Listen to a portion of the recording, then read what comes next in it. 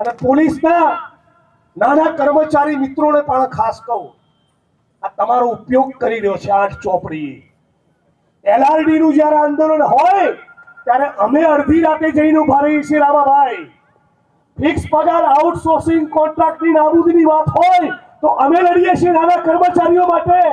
Police constable ભાઈઓ ઉપર કોઈ પ્રશ્ન આવે તો વિધાનસભામાં કોંગ્રેસ પાર્ટી અને અમે લોકો તમારા માટે લડીએ છીએ. તમે મહેરબાની કરીને 8 ચોપડી પાસના હાથા ના બનતા. એમને સવાલ પૂછજો કે તમારા પોલીસ કોન્સ્ટેબલ ભાઈઓના વેલફેરના નાણાં કોના ગજવામાં જાય છે, એનો હિસાબ તમને નહીં આપે. તમે સવાલ પૂછો કે કેમ IPS અધિકારીઓનો ગૃહ વિભાગ સાથે મળીને કોન્સ્ટેબલ હેડ કોન્સ્ટેબલ ભાઈઓનું યુનિયન અને સંગઠન બનાવવા દેતા નથી. મારી વિરુદ્ધ રેલી કરવાથી, જિગ્નેશભાઈ મુર્દાબાદના 2-4 નારા લગાવવાથી તો મારે તો પેટનું પાણી બી ના લે યાર. તમને હજી મારો જીગરો ખબર જ નથી. 8 ચોપડી હું 1 વર્ષ માટે મારી પાર્ટી મૂકી દઉં ચાલ, અને તું બી 1 વર્ષ માટે તારી પાર્ટી મૂકી દે, અને પછી નીકળી હિન્દુસ્તાનની સડકો પર તો ખબર પડે મારી શું હેસિયત છે અને તારી શું ઓકાત છે. 8 ચોપડી આ તો 1500-2000 બિચારા પોલીસ કોન્સ્ટેબલ મિત્રો, એનો પરિવાર હેડક્વાર્ટરમાં રહેતો હોય, એની કાનબટ્ટી ઉપર બંદૂક મૂકીને જાવ ને તો સસ્પેન્ડ કરીશ, જાવ નહીં તો તમારી ટ્રાન્સફર કરી. એમ બિચારા ગરીબ સામાન્ય ખેડૂતના દીકરા જે લોકરક્ષક બને, કોન્સ્ટેબલ બને, હેડ કોન્સ્ટેબલ બને, એને દબાઈ દબડાઈને એની પર પાવર કરીને મારી વિરુદ્ધ રેલી કરાવો છે. મૂર્ખ, તારું ચણોય નહીં આવે. તો જે મને પૂરો ઓળખતો નથી, અને તું છે શું? ઉપરમાં તારા જે આકાઓ બેઠા છે એનું ફોલ્ડર છે, ફોલ્ડર. અને હું પીડિત શોષિત વંચિતોનો અવાજ છું. અને નેતા એ ગુજરાતની જનતા અને ગુજરાતના પીડિત શોષિત વંચિતોએ બનાવ્યો છે. અને સાંભળી લેજો ભારતીય જનતા પાર્ટીના મિત્રો, કબીર સાહેબે કહ્યું છે, માટી કહે કુંભાર से तू क्या रोंदे मोहे, एक दिन ऐसा आएगा मैं रोंदूंगी तोहे. તમારો પણ વારો આ જન્મમાં નીકળવાનો છે. અને તમને એ પણ કહું મિત્રો, આ 1 દિવસની રીલ બનાવવા માટે કરેલો કાર્યક્રમ નથી. 1 દિવસના વિડીયોને વાયરલ કરાવવા માટે કોંગ્રેસ પાર્ટીએ કરેલો કાર્યક્રમ નથી. હવે કોંગ્રેસ પાર્ટી તરફથી આ સન્માનનીય મંચ અને આખા કોંગ્રેસ પરિવારનો સંકલ્પ છે કે ગુજરાતની બહેન દીકરીઓ માતાઓને વિધવા નહીં થવા દે. ગુજરાતના યુવાનોને ડ્રગ્સના રવાડે ચડવા નહીં દઈએ. ગૃહમંત્રી તરીકે તમારી જવાબદારી બનતી હતી પોલીસના મિત્રોને એ કહેવાની કે જિગ્નેશભાઈની વાત ખોટી નથી. જિગ્નેશભાઈને ફરિયાદ બહેનોએ અને માતાઓએ કરી હતી. એ બહેનો અને માતાઓએ મને કીધું કે જિગ્નેશભાઈ 5 વર્ષ સુધી અમે ફરિયાદો કરી છે કે અહીંયા દારૂ વેચાય છે, ડ્રગ્સ વેચાય છે, ગાંજો મળે છે, છતાં કોઈ અમારું સાંભળતું નથી. એટલે મારો બાટલો ફાટ્યો છે. હા, ડોક્ટર હાઉસની પાછળ બી વેચાય છે ભાઈ. ઈડરમાં વેચાય છે, મોટેથી બોલો ખબર પડે. ઈડરમાં વેચાય છે દારૂ, જુગારના અડ્ડા ચાલુ છે, પોલીસ સપ્તાહ ખાય છે. હા, નાના આ બી નાના ત્યાં સુધી કહું, SMC ની જે રેડ પડે છે ને, આ પોલીસના મિત્રોને બી કહું, SMC ની જે રેડ પડે છે એ વિકેટ કોની પાડે?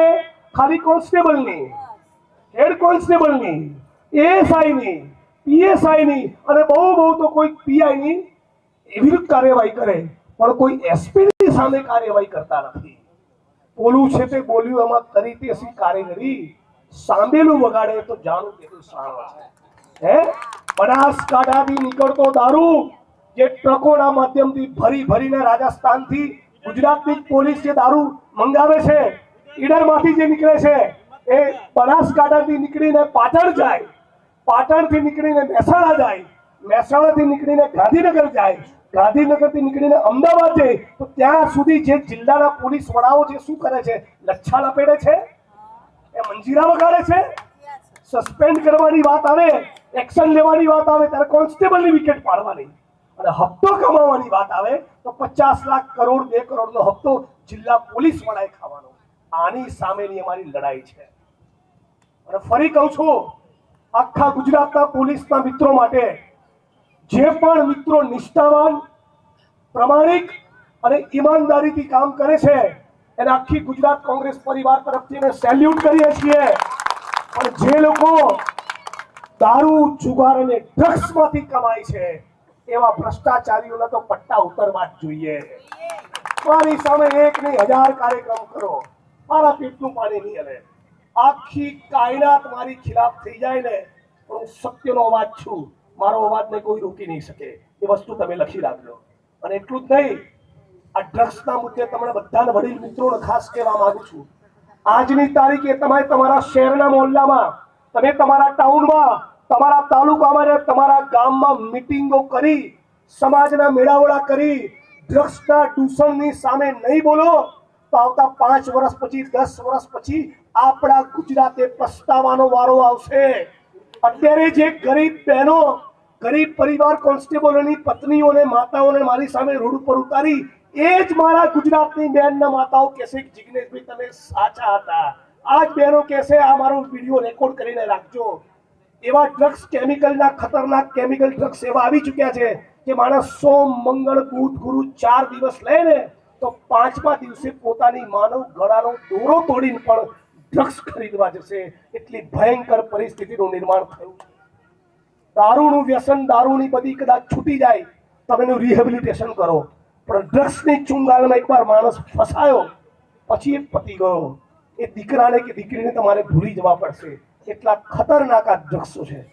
અત્યારે મને સોશિયલ મીડિયામાં અને મીડિયામાં બદનામ કરવાથી 2-4 દિવસની પબ્લિસિટી મળશે, પણ હર્ષભાઈ, ગુજરાતની આવનારી પેઢી અને વર્તમાન પેઢી સવાલ તો પૂછશે કે 2020 થી 2025 ની વચ્ચે આ ગુજરાતની અંદર, ગાંધી અને સરદારના ગુજરાતમાં 2.5 લાખ કરોડનું ડ્રગ્સ આવ્યું ક્યાંથી? મિત્રો, સવાલ પૂછવાનું કે નહીં? કોઈ તો મંગાવતું હશે ને. તમારા ગામની અંદર ગોળનો રવો ખરીદનારું કોઈ હોય નહીં તો કોઈ ગોળ વેચવા આવે? તો મતલબ કે ગુજરાતની અંદર કોઈ ખરીદનારું છે. કોણ મંગાવી રહ્યું છે આ ગુજરાતની ધરતી પર ડ્રગ્સ? ક્યાંથી આવી રહ્યું છે ડ્રગ્સ? કોણ છે આના ડીલરો?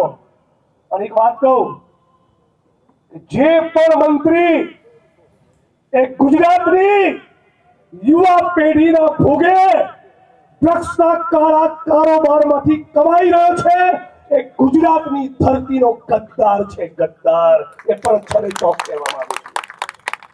અને પોલીસના મિત્રોને થરાદમાં કીધું હતું, એ વાત રિપીટ કરું, તમારા પગારથી સંતુષ્ટિ રાખો મિત્રો. પગારમાં જીવવામાં મજા છે. તમારા પરિવારના દીકરા દીકરીઓ તમારી સામે સન્માનથી જોશે. પણ જે દીકરાને એવું લાગે કે મારો બાપ એસપી છે, મારો બાપ ડીવાયએસપી છે, અને રોજ હાજર 2-5 લાખનું બંડલ લઈને આવે છે, દીકરાને પણ તમારા માટે સન્માન પેદા નહીં થાય. આ જ દીકરાઓ તમારા ડ્રગ્સની ચુંગાલમાં ફસાશે. અમારા શબ્દો યાદ રાખજો. ઘણા ડ્રગ્સ એવા છે કે ખેત મજૂર અને ગરીબ માણસોને નહીં પોસાય. મધ્યમ વર્ગ ને ઉચ્ચ મધ્યમ વર્ગના લોકો અને જે માણસો ગજવામાં બહુ રૂપિયા ભરાઈને બેઠા છે ને, એ લોકોનો જ પૂછાશે આ ડ્રગ્સ તમારા ઘર સુધી આવવાનું છે. અને એટલા માટે, અને ચૂંટણીના વોટ સાથે કઈ સંબંધ નથી. ચૂંટણીના 2 વોટ પ્લસ થાય કે માઇનસ થાય, અમુક વસ્તુ તમારે બોલવી પડે. ફરી એકવાર સમગ્ર ગુજરાતના લોકોને આ વિડીયોના માધ્યમથી કહેવા માંગુ છું, ગુજરાતના કોઈ પણ જિલ્લાના, કોઈ પણ તાલુકાના, શહેરના કોઈ પણ ખૂણે ડ્રગ્સનું દૂષણ હોય, મારો સંપર્ક કરો, માનનીય તુષારભાઈ ચૌધરીનો સંપર્ક કરો, વિરોધ પક્ષના આપણા નેતા માનનીય અમિતભાઈ ચાવડાનો સંપર્ક કરો, અને દરેક તાલુકા જિલ્લા કક્ષાએ જે કોંગ્રેસની અમારી ટીમ છે એનો સંપર્ક કરો. શક્ય એટલો પ્રયત્ન આ ગુજરાતમાંથી ડ્રગ્સનું સેવન બંધ થાય, આ ગુજરાતમાંથી ડ્રગ્સનો વેપલો બંધ થાય, એના માટે તનતોડ મહેનત કરીશું. એ વાતનું ગુજરાતની જનતાને મેં વચન આપ્યું છે. અમારા માટે ખાલી એક મિટિંગની વાત નથી.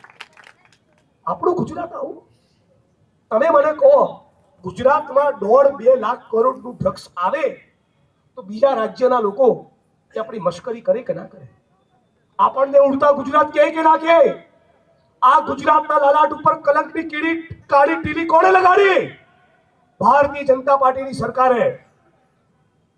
અને આપણે બધા જાણીએ છીએ, આખા ગુજરાતના જે પણ આઈપીએસ અધિકારીઓ એ દારૂમાંથી કમાય એનું ભેગું થયેલું બંડલ કોના ગજવામાં જાય? મંત્રીના ગજવામાં જાય। એ જ પ્રમાણે જે માણસો ડ્રગ્સના કાળા કારોબારમાંથી કમાતા હોય એનું બંડલ પણ કોના ગજવામાં જાય? મંત્રીના ગજવામાં જાય। હે ગુજરાતના મંત્રીઓ, હે ગુજરાતના આઈપીએસ અધિકારીઓ, થોડા તો તમે એટલા વિવેકી બનો કે તમારા મા બાપ તમને જોઈને લાજે નહીં। આ ધંધા ગુજરાતમાં બંધ કરો। આ બેન દીકરીઓ માતાઓની સામું જુઓ। અમારા ગુજરાતની બહેનો માતાઓની ચિંતા કરો। હજારોની હજારો બહેનો છેલ્લા 25 વર્ષના ભારતીય જનતા પાર્ટીના શાસનમાં વિધવા થઈ ગઈ। હજી કેટલી બહેનોને આપણે વિધવા કરી છે? હજી કેટલા યુવાનોને ડ્રગ્સના રવાડે ચડાવવા છે? આપ સૌને મારી વાણીને વિરામ આપતા પહેલા વિનંતી કરું છું કે સાથે મળીને બધા સંકલ્પ કરીએ, આપણું ગુજરાત એ ડ્રગ્સ મુક્ત બનવું જોઈએ।